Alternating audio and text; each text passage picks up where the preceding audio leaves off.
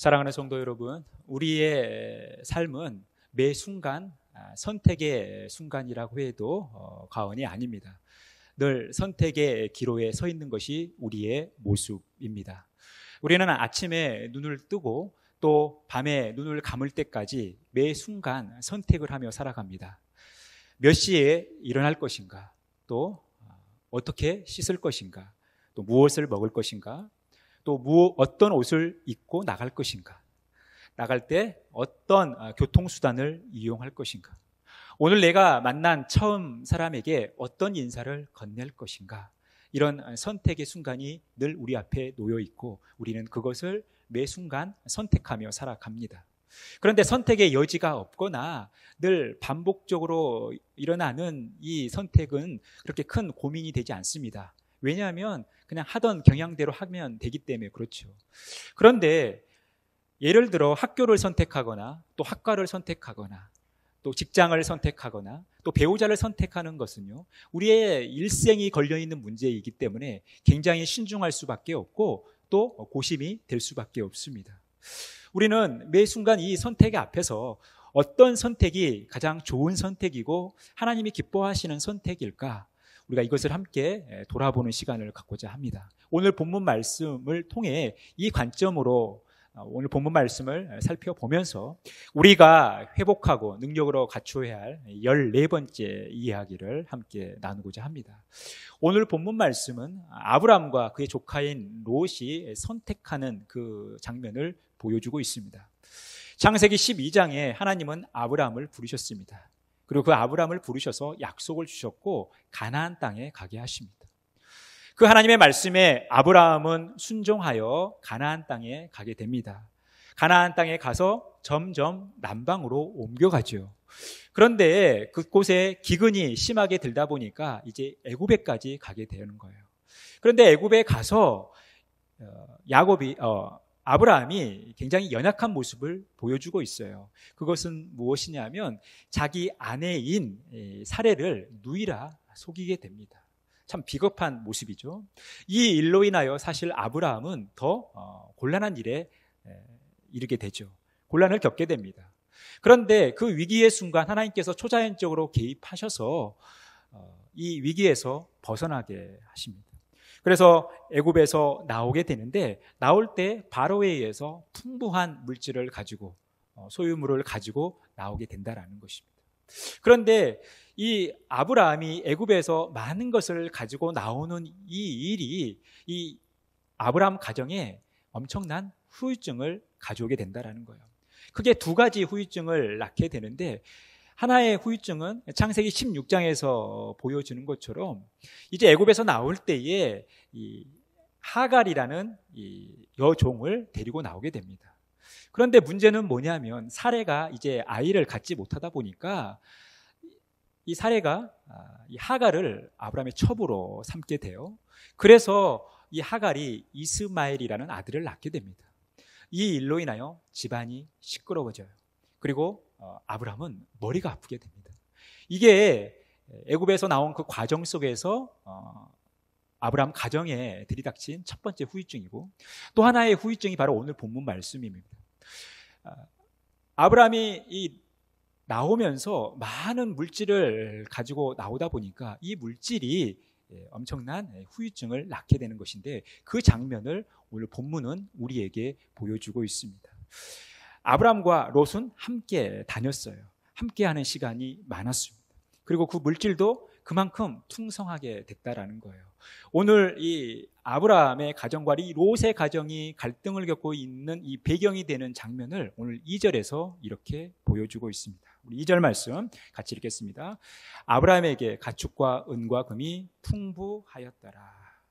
여러분, 아브라함에게는 가축과 은과 금이 풍부하였습니다. 여러분, 아브라함이 은과 금과 가축이 풍부했다. 여러분, 풍부하다는 말이 여러분 어떤 의미로 다가오십니까? 여러분, 아브라함이 지금 이 풍부한 것은, 이 풍부는 아브라함에게 있어서 복입니까? 아니면 복이 아닙니까? 아브라함이 가축과 은과 금이 풍부하게 됐다는 사실이 아브라함에게 미친 복이라고 생각하세요? 아니면 복이 아니라고 생각하세요? 이 풍부하다라는 히브리어 메오드 카바드라는 단어는 어떤 의미를 가지고 있냐면 무거운 짐이 되다, 힘겹다라는 의미를 가지고 있다라는 거예요. 그러니까 지금 이 아브라함이 풍부하게 된 것은 이 긍정적인 의미, 좋은 의미만은 아니라는 거예요. 이것이 그에게 무거운 짐이 되는, 힘겨운 짐이 되는 일이라는 것입니다.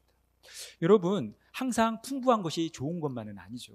저희 아이들이 저에게 항상 이 장난을 치면서 그런 질문을 합니다.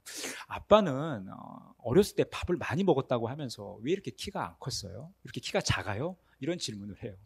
그때 제가 저희 아이들에게 어떻게 대답하냐면, 아빠가 밥을 많이 먹었지만 공부를 열심히 하다 보니까 책가방을 너무 무겁게 메고 다녔다.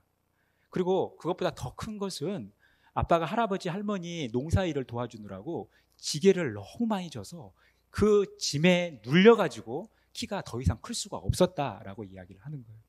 여러분, 풍부함이라는 것이 우리에게 굉장히 좋은 의미로도 다가오지만 꼭 좋은 의미만은 아니라는 거예요. 이 풍부함이 우리에게 짐이 되고 힘겨운 무게로 다가올 수 있다라는 거예요.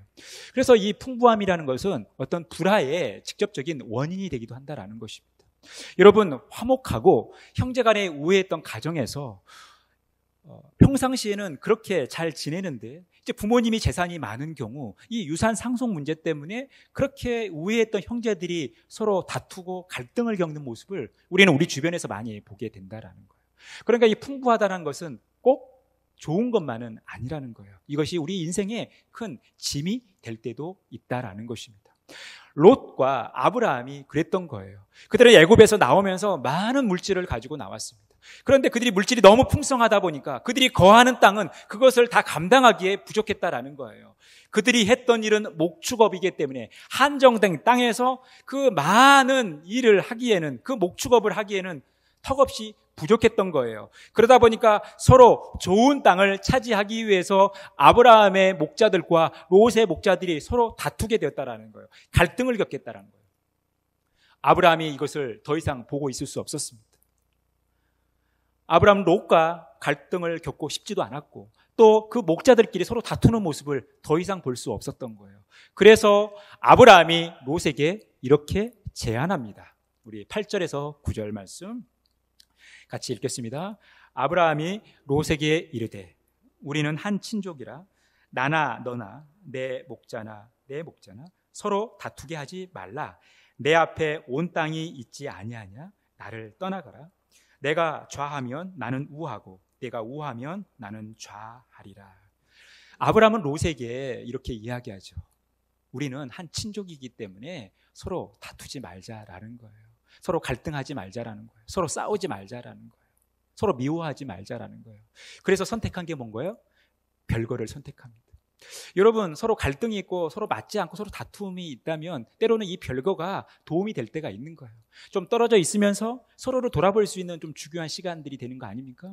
요즘 TV를 보면요, 이 중년 부부들이 떨어져 사는, 그러니까 서류상 이렇게 이혼은 한 것은 아닌데 떨어져 있는, 그래서 떨어져 있으면서 서로의 생활을 인정하고 이렇게 편하게 사는 모습들을 많이 보여줘요. 물론 그것이 꼭 성경적이다라고 말할 수는 없지만 함께 하면서 맨날 싸울 바에는 좀 떨어져서 지내는 것도 사실 좋은 방법이지 않습니까? 아브라함이 롯에게 요청했던 것은 바로 이런 별거였다라는 거예요. 그래서 서로 이 별거 하면서 좀 떨어져 있자라고 이야기하면서 이 땅에 대한 우선 선택권을 롯에게 줍니다. 네가 좌하면 나는 우하고 네가 우하면 나는 좌하겠다라는 거야. 네가 먼저 선택해라라는 것입니다. 여러분, 이 제안에 롯은 어떻게 반응합니까? 그대로 행하죠. 그래서 10절, 11절 같이 읽겠습니다. 이에 롯이 눈을 들어 요단 지역을 바라본즉 소알까지 온 땅에 물이 넉넉하니 여호와께서 소돔과 고모라를 멸하시기 전이었으므로 여호와의 동산 같고 애굽 땅과 같았더라. 그러므로 롯이 요단 온 지역을 택하고 동으로 옮기니 그들이 서로 떠난지라. 롯은 겉으로 보기에 아주 정상적인 선택을 합니다. 좋아 보이는 땅을 선택해요. 그리고 아브라함을 떠나게 됩니다. 그런데 이 롯의 선택이 어떠한 결과를 초래하고 있는가? 이 롯의 선택의 결과를 이렇게 묘사하고 있죠. 12절에서 13절 말씀 같이 읽겠습니다. 아브라함은 가나안 땅에 거주하였고 롯은 그 지역의 도시들에 머무르며 그 장막을 옮겨 소돔까지 이르렀더라. 소돔 사람은 여호와 앞에 악하며 큰 죄인이었더라. 여러분, 아브라함은 이제 가나안 땅, 지금 거하고 있는 땅에 그대로 거주해요. 반면에 롯은 그 지역의 도시들에 머무르다가 장막을 옮기면서 소돔까지 이르게 됐다라는 거예요. 이제 아브라함이 제안한 대로 롯이 그렇게 따른 것이죠. 그런데 이 롯의 선택의 결과를 오늘 본문은 어떻게 묘사하고 있냐는 거예요. 바로 소돔 사람은 여호와 앞에 악하며 큰 죄인이었더라. 여러분, 이것은 롯의 미래를 보여주고 있어요. 그렇다면 소돔 사람은 여호와 앞에 악하며 큰 죄인이었다라는 이 표현은 롯의 밝은 미래를 예측하게 합니까? 아니면 어두운 미래를 예측하게 합니까? 소돔 땅이 여호와 앞에 죄인이었다라는 것은 롯의 어두운 미래를 예측하게 하는 거예요. 아, 롯의 미래가 밝지만은 않겠구나라는 것을 우리가 예측해야 하는 말씀이라는 거예요. 이것은 사실 현실이 됩니다. 이 일 후에 이제 14장에 가면 롯이 움직이고 나서 이 북쪽 연합군에 의해서 롯은 포로로 잡혀요. 포로로 잡혀있는 롯을 아브라함이 생명을 걸고 구출합니다. 그런데 19장에 가면 롯이 아브라함의 구출을 받고 소돔 땅에서 거주하지만 이 소돔 땅이 하나님 앞에 엄청나게 죄를 짓다 보니까 하나님의 심판을 받게 돼요. 이때 겨우 롯은 생명만 부지하게 됩니다. 그런데 이제 두 딸이 이 롯과 근친상간을 하게 돼요. 그래서 이것에 휘말려서 이 롯은 어떻게 되냐면 이스라엘 역사 속에서 계속 이스라엘을 괴롭고 힘들게 하는 모압과 암몬 족속의 조상이 돼요. 이런 불명예를 안게 된다는 것입니다. 반면에 아브라함은 어떻게 됩니까? 이스라엘의 조상이 되는 거예요. 선민 이스라엘의 조상이 되는 것입니다. 또한 믿음의 조상이 되는 거예요. 지금 이 순간 예수 그리스도를 믿고 하나님의 자녀가 된 우리의 믿음의 조상, 메시아의 조상이 된다는 거예요. 여러분, 얼마나 영예스러운 일입니까? 이 롯과 아브라함이 이렇게 갈리게 되는 거예요. 롯과 아브라함의 삶이 이렇게 나뉘게 되었다라는 것입니다. 여러분, 왜 그렇게 됐나요? 왜 아브라함과 롯이 그렇게 나뉘게 됐냐라는 거예요. 왜 서로 다른 삶의 결과가 나타나냐는 거예요. 바로 선택에 있었던 것이죠. 여러분, 10절에서 11절에 보니까요, 이에 롯이 눈을 들어 요단 지역을 바라본즉 소알까지 온 땅에 물이 넉넉하니 여호와께서 소돔과 고모라를 멸하시기 전이었으므로 여호와의 동산 같고 애굽 땅과 같았더라. 그러므로 롯이 요단 온 지역을 택하고 동으로 옮기니 그들이 서로 떠난지라. 롯이 우선권을 갖죠. 롯이 우선권을 가졌다라는 것은 뭡니까? 아브라함이 롯에게 양보했다라는 거예요. 우리는 여기서 아브라함의 고상한 인격을 보게 되는 것입니다. 혈육을 소중히 여기고 그 관계를 중요시 여기고 평화를 사랑하고 욕심을 부리지 않는 그 아브라함의 고상한 인격을 보게 되는 거예요. 이 고상한 성격이 이 인격으로 인해서 이런 결과를 초래했는가? 우리는 오늘 본문을 통해서 그런 아브라함의 인격보다 더 중요한 이유를 본문에서 찾고 있다라는 거예요. 찾을 수 있다라는 것입니다. 이 롯의 선택과 비교되어지는 이 아브라함의 선택 속에서 우리는 이것을 발견하게 되는 것입니다. 14절에서 15절 우리 같이 한 목소리로 읽겠습니다. 롯이 아브라함을 떠난 후에 여호와께서 아브라함에게 이르시되 너는 눈을 들어 너 있는 곳에서 북쪽과 남쪽 그리고 동쪽과 서쪽을 바라보라. 보이는 땅을 내가 너와 내 자손에게 주리니 영원히 이르리라. 여러분, 이제 롯이 아브라함에게서 떠난 후에 하나님께서 아브라함에게 말씀하십니다. 너는 눈을 들어 너 있는 곳에서 북쪽과 남쪽, 동쪽과 서쪽 이 사방을 바라보라는 거예요. 그리고 이 땅을 내가 내 자손에게 주겠다라는 것입니다. 여러분, 오늘 이 아브라함과 이 롯의 모습을 보면서 그들의 삶이 갈라진 이유는 그들의 선택에 있었다는 것을 보게 되는 거예요. 아브라함은 지금 자신이 거하고 있는 땅에 거주합니다. 그런데 반면에 롯은 다른 곳을 선택해서 가요. 근데 이것은 무엇이냐면 롯이 자신의 것을 선택해서 가고 아브라함은 그냥 거주하고 있지만 이 아브라함이 거주하고 있는 이 땅은, 아브라함이 선택한 이 땅은 하나님께서 아브라함을 위해서 예비하신 땅임을, 준비하신 땅임을 보게 되는 거예요. 이 롯과 아브라함의 삶이 극명한 대조를 이룹니다. 성경에서 이 문학 기법들을 사용하는데 상호 평행, 이 대칭 구조를 통해서 이 본문의 내용을 강조하는 거예요. 그러니까 이 롯의 모습과 아브라함의 모습이 상호 수평적인 대칭을 이루고 있다는 거예요. 그러니까 유사한 면들을 서로 비교해서 강조하기도 하지만 이 겉으로 보이는 유사한 면, 그 이면에 보이지 않는 이 이질성을 드러냄으로 말미암아 이 본문 말씀을 오늘 성경은 강조하고 있다는 거예요. 그러면 롯과 아브라함의 모습 속에서 비슷해 보이지만 그 차이점이 무엇인지를 우리가 함께 살피면서 오늘 본문이 우리에게 주는, 또 아브라함에게 이런 놀라운 일들, 롯과 아브라함의 삶이 극명하게 갈리게 된 요인을 함께 찾아보자는 거예요. 그러기 위해서 우리가 10절에서 11절 말씀과 14절과 15절 말씀을 비교할 필요가 있는 거예요. 먼저 10절에 롯이 눈을 들어요. 그리고 14절에도 눈을 들어 이렇게 나옵니다. 똑같은 단어가 쓰여져 있어요. 10절도 눈을 들어, 14절도 눈을 들어예요. 그런데 이 두 단어가 똑같은 단어로 쓰여져 있지만 서로 차이점이 있다는 거예요. 어떤 차이점입니까? 10절에 눈을 들어는 롯이 주어가 되는 평서문이에요. 그런데 14절에 눈을 들어는 하나님이 아브라함에게 말씀하신 명령문이라는 거예요. 그러니까 이 눈을 들어라는 이 행위의 시작이 누구에서부터 출발하냐가 그 인생을 갈라놓을 수 있는 중요한 요인이 된다는 거예요. 롯은 자기 스스로 눈을 들었던 거예요. 그런데 아브라함은 자기 스스로 눈을 든 것이 아니라 하나님이 눈을 들라라고 말씀하신 거죠. 물론 오늘 본문이 아브라함이 눈을 들었다라고 이렇게 구체적으로 행동으로 나타나지 않았지만 그가 부정하지 않는 모습이 있는 것을 봤을 때 아브라함 역시도 하나님 말씀에 순종하여 눈을 든 것이죠. 이것을 보여주고 있는 거예요.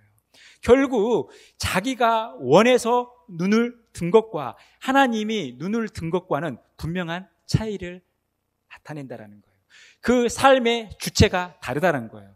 그 삶의 주체가 나인가 우리인가와 내 삶의 주체가, 우리의 삶의 주체가 우리 주님인가가 극명한 대조를 이룬다는 거예요. 우리의 인생이 그렇게 갈릴 수 있다는 것입니다.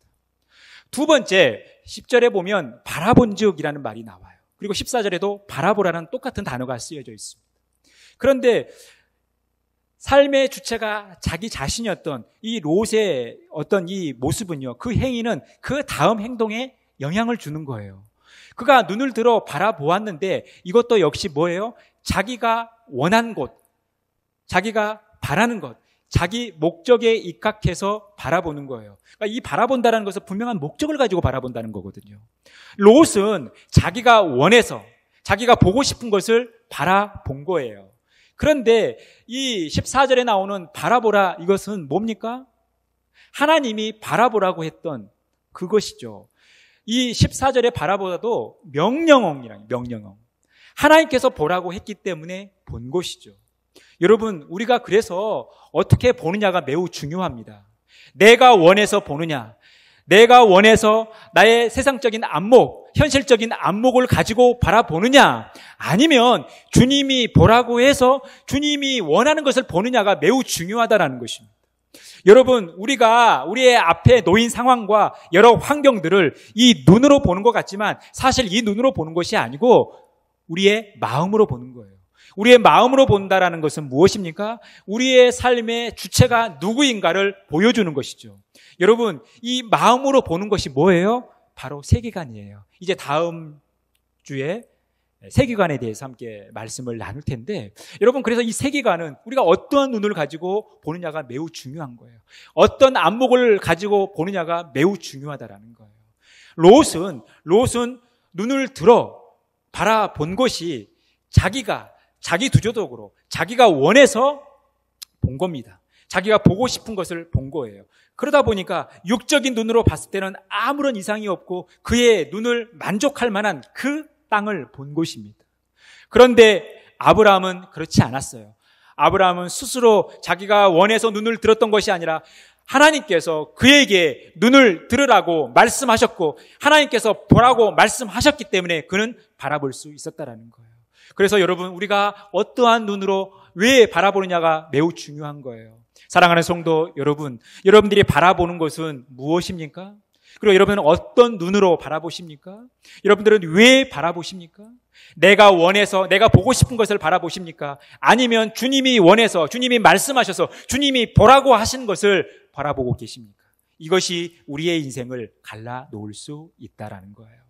세 번째, 10절에 롯이 본 땅은 온 땅이에요.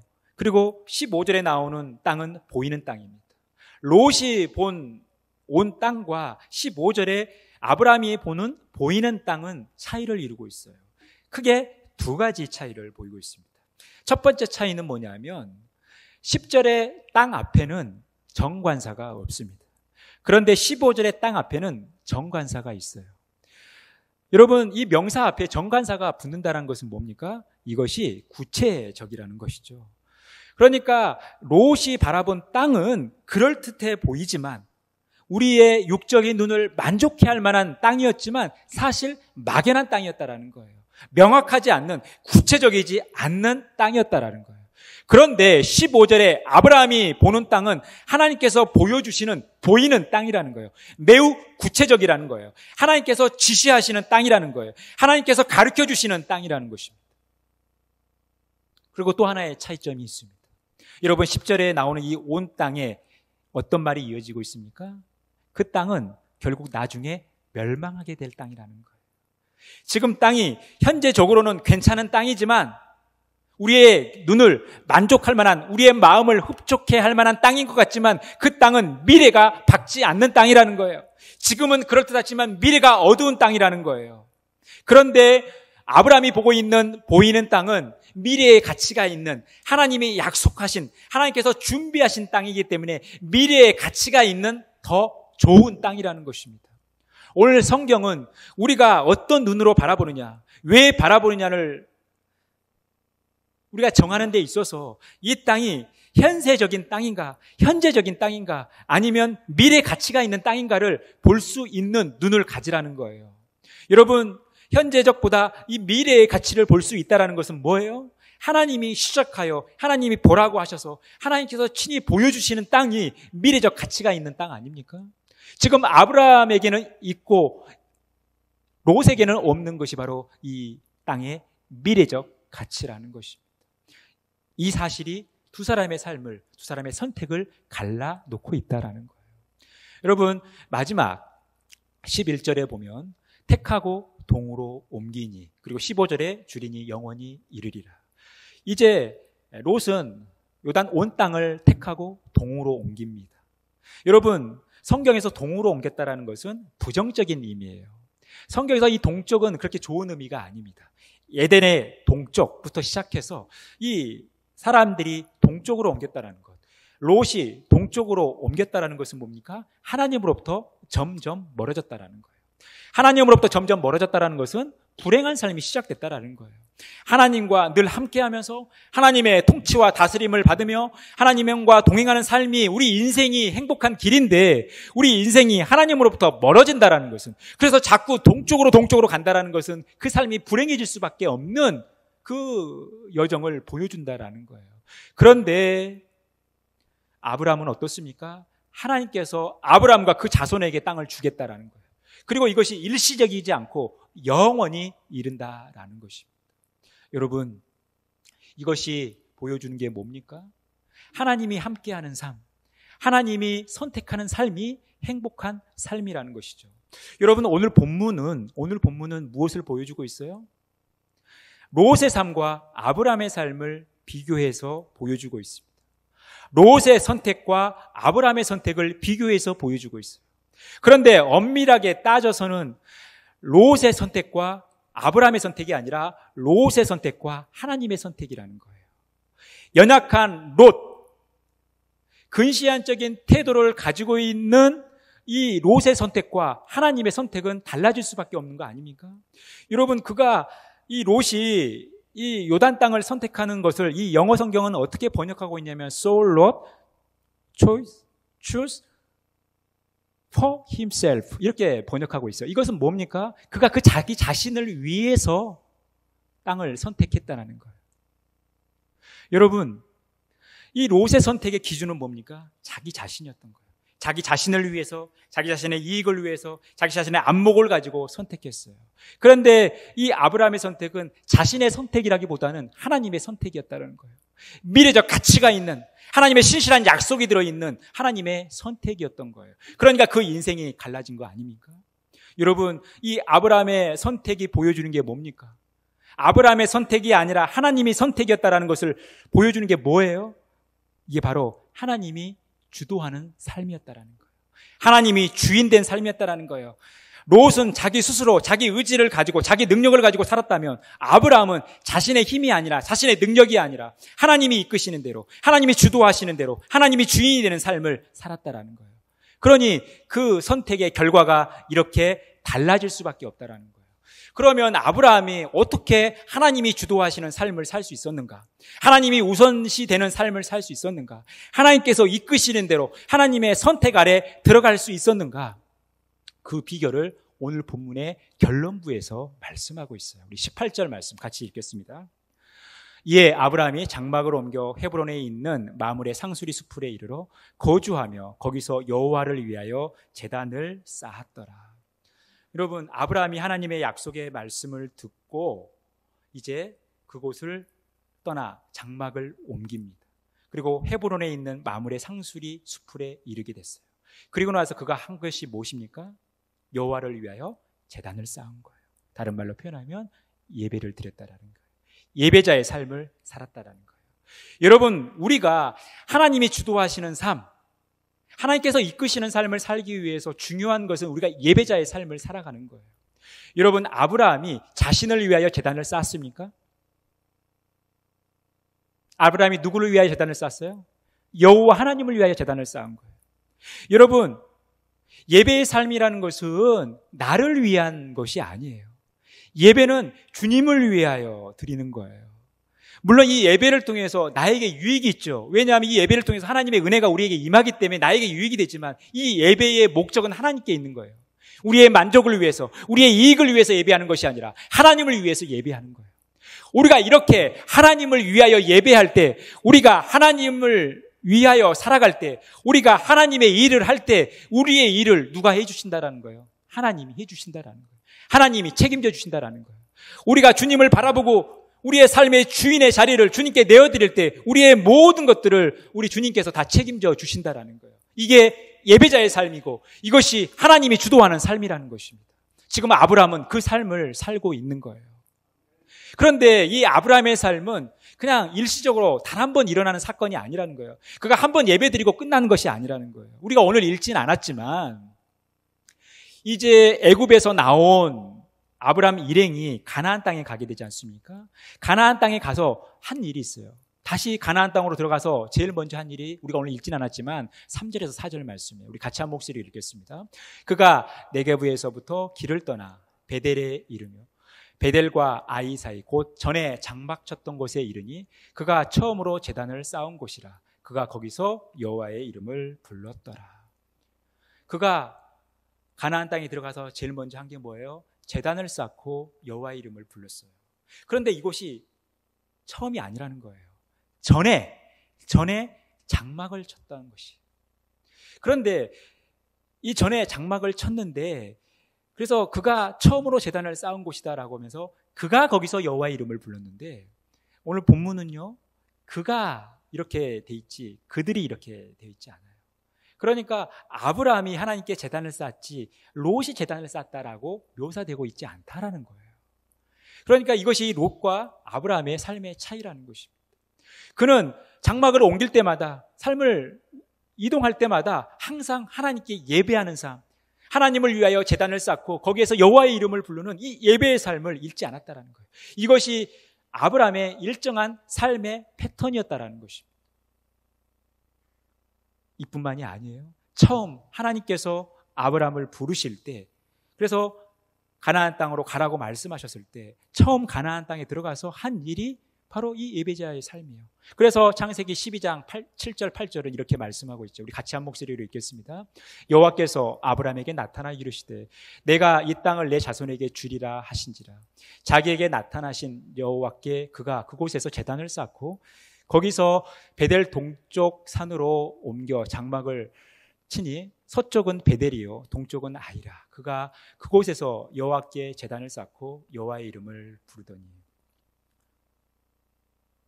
아브라함은 늘 하나님께 예배하는 삶을 살았다라는 거예요. 그 예배하는 삶을 통해서 하나님의 주인 되심을 인정했다라는 거예요. 그러니까 그는 늘 예배자의 삶을 살았기 때문에 하나님께서 그 인생을 책임져 주신 거 아닙니까? 여러분, 아브라함도 연약한 인간이었어요. 얼마나 애굽에 가서 비겁한 행동을 합니까? 여러분, 남자가 가장 비겁하게 행동하는 게 뭡니까? 남자들이 보일 수 있는 가장 큰 비겁함이 뭐예요? 분리할 때 자기 아내 팔아먹는 거 아닙니까? 이것처럼 비겁한 게 어디 있어요? 아브라함이 그렇게 했어요. 우리 믿음의 조상이라고 할 수 있는 아브라함이 그렇게 살았던 거예요. 하지만 예배의 삶으로 단련되어 있었기 때문에, 예배의 삶으로 그의 삶의 주인의 자리를 하나님께 내어드렸기 때문에 그가 비록 연약하고 실수를 했음에도 불구하고 하나님께서 그 위기 가운데 개입하시는 거예요. 그래서 아브라함을 구원해 내시는 거예요. 이것이 여러분 아브라함의 삶이었어요. 하나님이 주인 되는 삶이었어요. 하나님이 주도되는 삶이었어요. 하나님이 선택하신 삶이었다라는 것입니다. 여러분, 창세기 11장의 데라와 12장의 아브라함이 극명하게 대조를 이루자. 아브라함의 아버지인 데라도 그가 가나안 땅에 가려고 했어요. 그가 원해서 가나안 땅에 가려고 했습니다. 아브라함도 가나안 땅에 가죠. 둘 다 목적지는 같아요. 가나안이라는 목적지가 같아요. 그런데 데라는 가나안 땅에 들어갑니까? 못 들어갑니까? 못 들어가요. 하란에서 죽습니다. 그런데 아브라함은 가나안 땅에 무사하게 들어가죠. 왜입니까? 데라는 자기가 원해서 간 거예요. 자기가 원해서 가고자 했어요. 그러니까 그 목적대로 살 수 없어요. 자기가 원하는 대로, 자기가 바라는 대로 이렇게 산다고 해서 그것이 다 그대로 이루어지는 것은 아닙니다. 그런데 아브라함은 하나님께서 원하셨고 하나님께서 친히 주셨기 때문에, 하나님께서 친히 가고자 하셨기 때문에 아브라함은 갈 수 있었어요. 여러분, 우리의 삶이라는 것이 사는 게 다 비슷하지 않습니까? 부모님 몸에 태어나서, 부모님 몸을 통해서 이 땅에 태어나서 부모님의 손길을 통해서 자라고 열심히 공부하고 또 학교에 가고 또 취업하고 결혼하고 애 낳고, 여러분 우리의 삶의 패턴이 다 비슷해 보입니다. 오늘 롯과 아브라함도 비슷해요. 둘 다 눈을 들어요. 둘 다 바라봅니다. 둘 다 장막을 옮겨요. 그런데 결정적인 차이가 뭡니까? 자기가 주도하는 삶이냐 하나님이 주도하는 삶이냐의 차이라는 거예요. 롯은 자신이 주도하는 삶이에요. 자기가 원하는 대로, 자기가 만족하는 대로 움직였습니다. 그런데 아브라함은 자기가 원하는 것이 아니라 하나님이 원하시는 대로, 하나님께서 하라는 대로 했던 거예요. 그래서 그가 믿음의 조상이 될 수 있었던 거예요. 영예로운 자리에 오를 수 있었다는 것입니다. 이 아브라함의 선택은 곧 하나님의 선택이었다는 것입니다. 여러분, 이 아브라함의 삶이 형통할 수밖에 없고 아브라함의 삶이 잘 될 수밖에 없는 이유는 뭐예요? 하나님과 아브라함이 언약, 이 하나님의 신실하신 언약에 입각해서 이 아브라함이 움직이기 때문에 그런 거예요. 그래서 나중에 이제 이 아브라함과 하나님의 언약이 예수 그리스도 때 가서 완전하게 성취돼요. 그런데 1차적으로 언제 성취되어지느냐?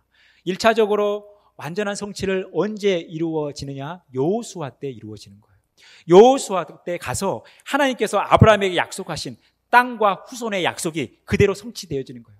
가나안 정복 전쟁을 마무리하고 하나님께서 아브라함에게 약속하신 것들이 다 이루어집니다.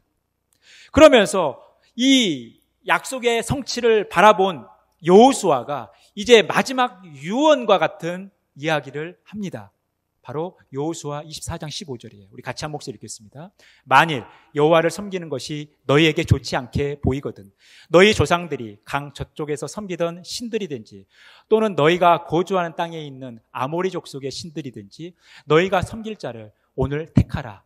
오직 나와 내 집은 여호와를 섬기겠노라 하니. 여러분, 간략하게 표현하면 뭡니까? 하나님을 선택하며 살아가라는 거예요. 여러분의 행복을 위해서, 여러분의 밝은 미래를 위해서, 여러분의 안전한 삶을 위해서, 여러분의 풍부한 삶을 위해서 하나님을 선택하는 삶을 살아가라는 거예요. 우리가 하나님을 선택해야만 우리의 인생이 행복으로 간다라는 거예요. 우리의 인생이 행복할 수밖에 없다라는 거예요. 그래서 하나님을 선택하며 살아가라는 것입니다. 사랑하는 성도 여러분, 우리가 하나님을 선택하며 살아가야 됩니다. 이것이 행복의 조건인 거예요. 그런데 하나님을 선택한다라는 것이 본질적으로 어떤 의미를 가지고 있는가?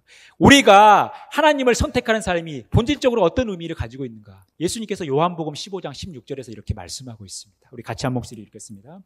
너희가 나를 택한 것이 아니요 내가 너희를 택하여 세웠나니 이는 너희로 가서 열매를 맺게 하고 또 너희 열매가 항상 있게 하며 내 이름으로 아버지께 무엇을 구하든지 다 받게 하려 함이라.